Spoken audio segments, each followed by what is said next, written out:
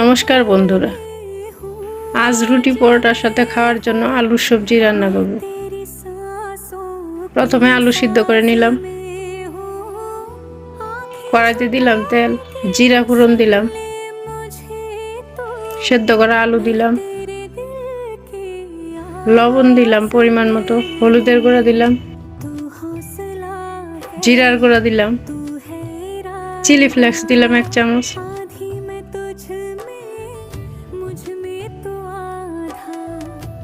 গরম মশলার গুঁড়া দিলাম,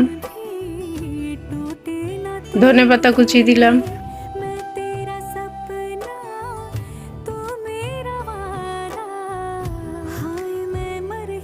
আলুর সবজি প্রায় হয়ে এসেছে। রান্না করে নিলাম আলুর সবজি।